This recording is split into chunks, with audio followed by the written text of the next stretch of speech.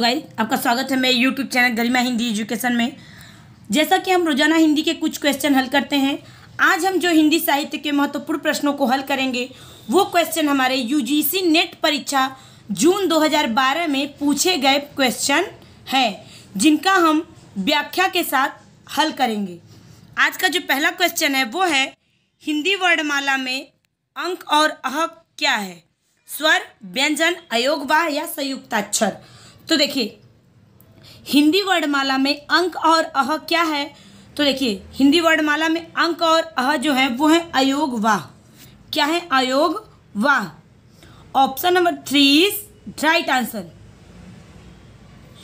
हिंदी वर्णमाला में अंक और अह को न ही स्वर और न ही व्यंजन में आते हैं। इन्हें क्या कहते हैं? अयोगवाह कहते हैं, या इनको विसर्ग भी कहते हैं। क्या कहते हैं? विसर्ग भी कहते हैं। तो राइट आंसर क्या होगा? Option number 3। अगला क्वेश्चन है, खड़ी बोली के लिए सुनीति कुमार चटर्जी ने किस शब्द का प्रयोग किया है? हमें बताना है कि खड़ी बोली को सुनीति कुमार चटर्जी ने क्या कहा है अपने शब्दों में। जनपदी हिंदुस्तानी, वर्नाक्यूलर हिंदुस्तानी, कौरवी या रेखता?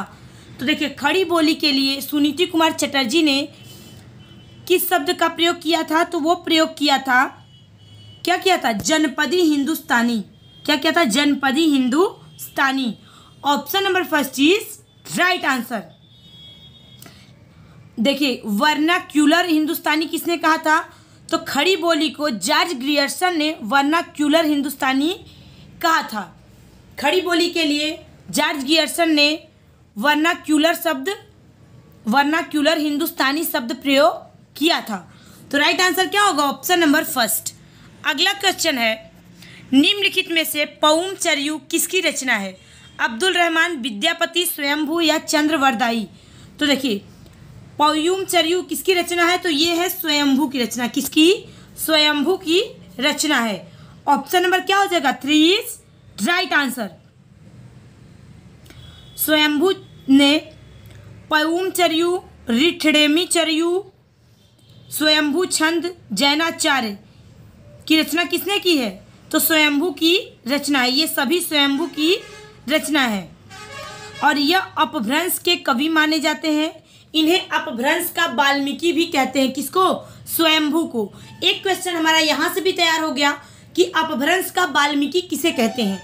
तो अपभ्रंश का वाल्मीकि कहते हैं स्वयंभू को। किसको? स्वयंभू को। Option number 3 is right answer. अगला क्वेश्चन है, गोस्वामी तुलसीदास की रचना कवितावली किस भाषा की रचना है? अवधी, ब्रजभाषा, मैथिली या बुंदेली? तो देखिए, गोस्वामी तुलसीदास ने एक रचना लिखी है कवितावली। उसकी भाषा जो है वो क्या है? ब्रज भाषा। क्या है? ब्रज भाषा। Option number 2 is right answer. Tulsidas ने बहुत सारी रचनाएं लिखी हैं, जैसे कि ब्रज भाषा में कवितावली लिखा है, दोहावली रामायण, गीतावली, विनय पत्रिका, कृष्ण गीतावली, वैराग्य संदीपनी। ये सभी ब्रज भाषा में लिखे हैं। किसने? तुलसीदास ने।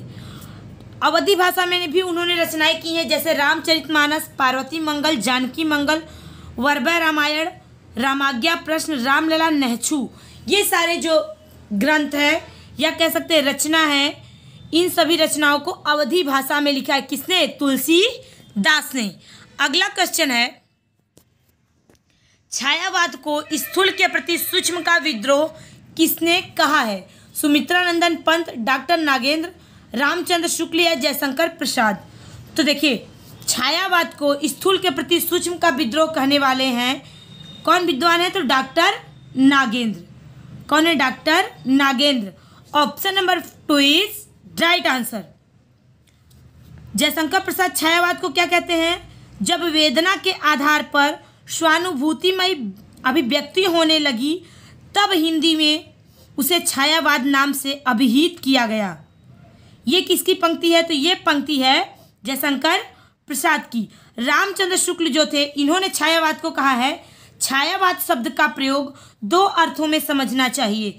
एक तो रहस्यवाद के अर्थ में और दूसरा इसका संबंध काव्य हेतु है, अर्थात जहाँ कवि उस अनंत और अज्ञात प्रियतम को आलंबन बनाकर अत्यंत चित्रमयी भाषा में प्रेम की अनेक प्रकार से व्यंजना करता है, वही क्या है? छायावाद है। ये किसने कहा है? तो रामचंद्र शुक्ल ने। रामचंद्र शुक्ल ने क्या कहा था? तो इन्होंने छायावाद को दो अर्थों में समझने को कहा था। अगला क्वेश्चन है,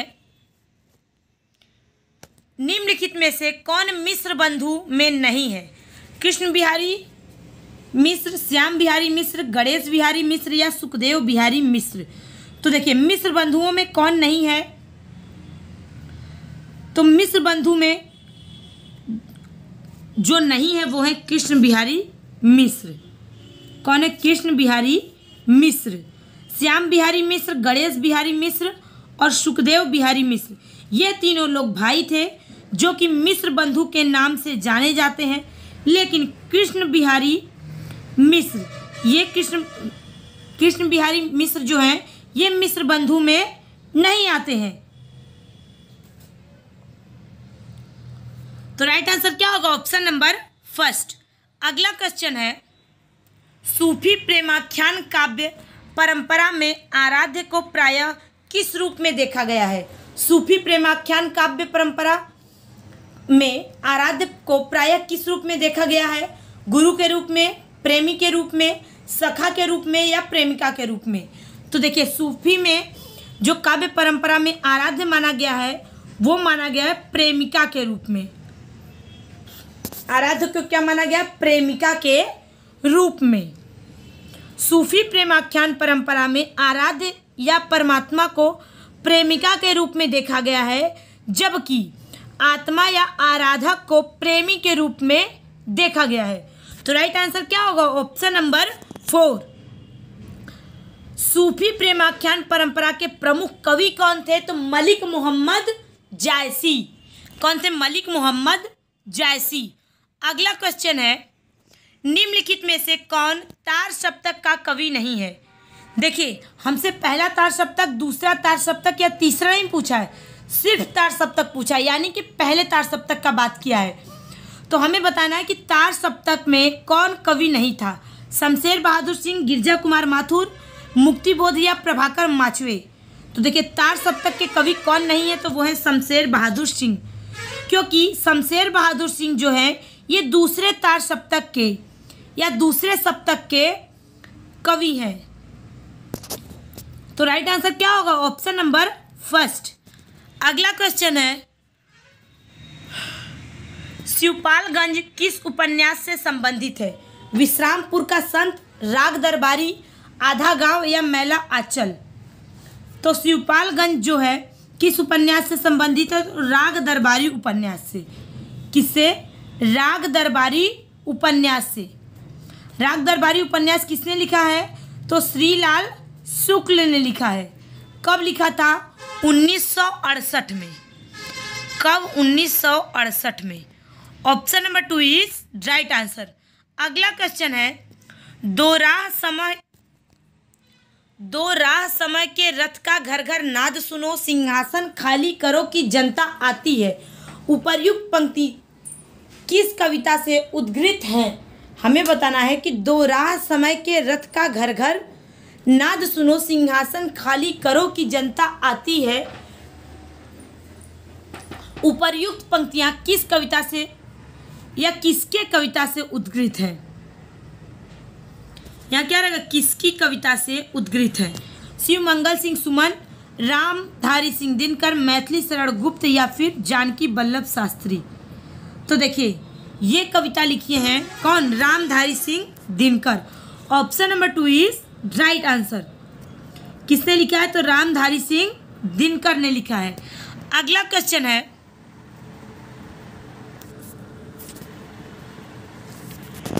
अंधा युग किस नाट्य विधा के अंतर्गत आता है? गीति नाट्य, नाटक, रूपक या प्रहसन? तो अंधा युग किस नाट्य विधा के अंतर्गत आता है?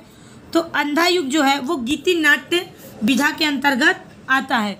किसने लिखा है? धर्मवीर भारती ने। कब लिखा था? 1955 में। कब? 1955 में। Option number first is right answer. अंधा युग किसकी रचना है? तो धर्मवीर भारती की है। किस विधा की है? तो गीति नाट्य है। कब लिखा गया था? 1955 में। अगला क्वेश्चन है, शिखर से सागर तक किस रचनाकार की जीवनी है? निराला, मुक्तिबोध, अज्ञेय या धर्मवीर भारती? तो देखिए, शिखर से सागर तक किस रचनाकार की जीवनी है? तो ये है अज्ञेय का। किसका? अज्ञेय का। Option number 3 is right answer. Agyeya का पूरा नाम क्या है? तो ये है सच्चिदानंद हीरानंद वात्स्यायन अज्ञेय। कब लिखा गया था? 1986 में। कब? 1986 में। निराला की जो आत्मकथा है या जीवनी जो है उसका क्या नाम है? तो वो है निराला की साहित्य साधना। क्या है? निराला की साहित्य साधना। अगला क्वेश्चन है, निम्नलिखित में से रस गंगाधर के रचयिता कौन है? अभिनव गुप्त, दंडी, पंडित जगन्नाथ, आचार्य विश्वनाथ? तो देखिए, रस गंगाधर के रचयिता हैं पंडित जगन्नाथ। कौन है? पंडित जगन्नाथ। अभिनव गुप्त ने क्या लिखा है? तो तंत्रालोक लिखा है। दंडी ने काव्यादर्श। आचार्य विश्वनाथ ने तो उन्होंने लिखा है साहित्य दर्पण। अगला क्वेश्चन है, हिंदी के किस आलोचक ने देवरानी जेठानी की कहानी को हिंदी का प्रथम उपन्यास माना है? नामवर सिंह, रामविलास शर्मा, विजय मोहन सिंह या गोपाल राय?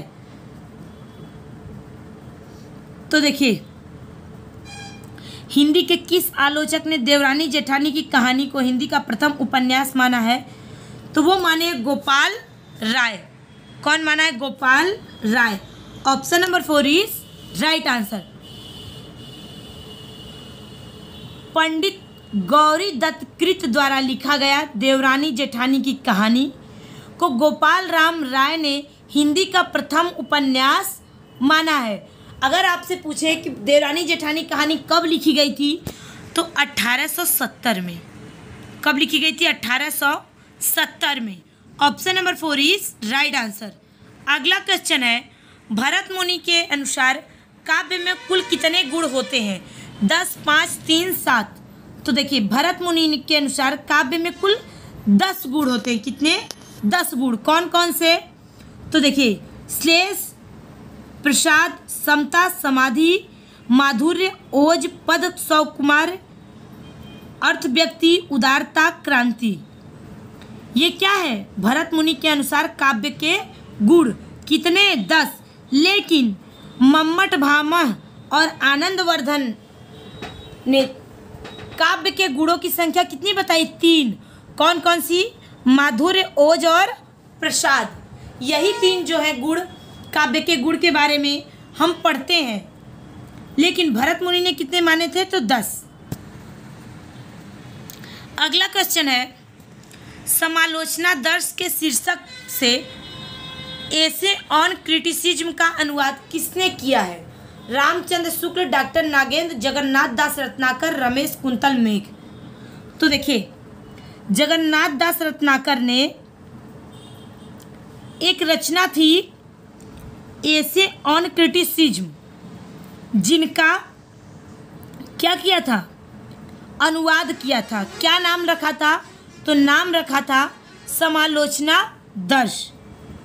तो किसने?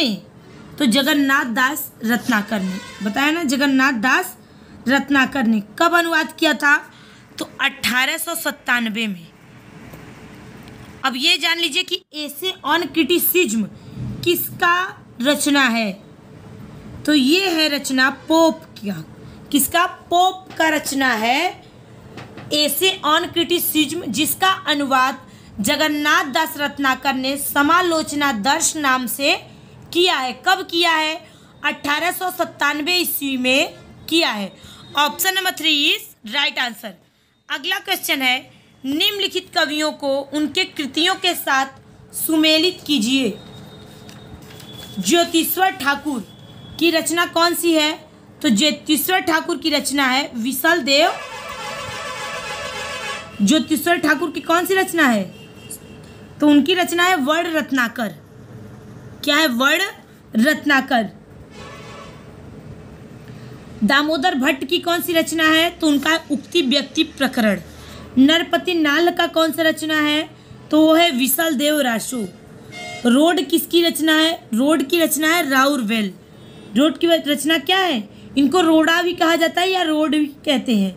तो इनकी रचना का नाम क्या है? तो इनकी रचना का नाम है राउरवेल। तो ये क्या हो गया? सुमेलित हो गया। अगला क्वेश्चन है, निराला के उपन्यास का प्रकाशन की दृष्टि से सही अनुक्रम कौन सा है? तो सबसे पहले हम इनके रचनाओं का क्रम जान लेते हैं। तो देखिए, सबसे पहले अप्सरा कब लिखे थे? 1931 में। अप्सरा कब लिखे थे? 1931 में। अलका कब लिखे थे? 1933 में।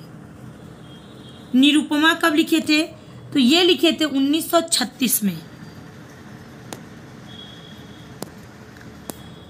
प्रभावती कब लिखे थे?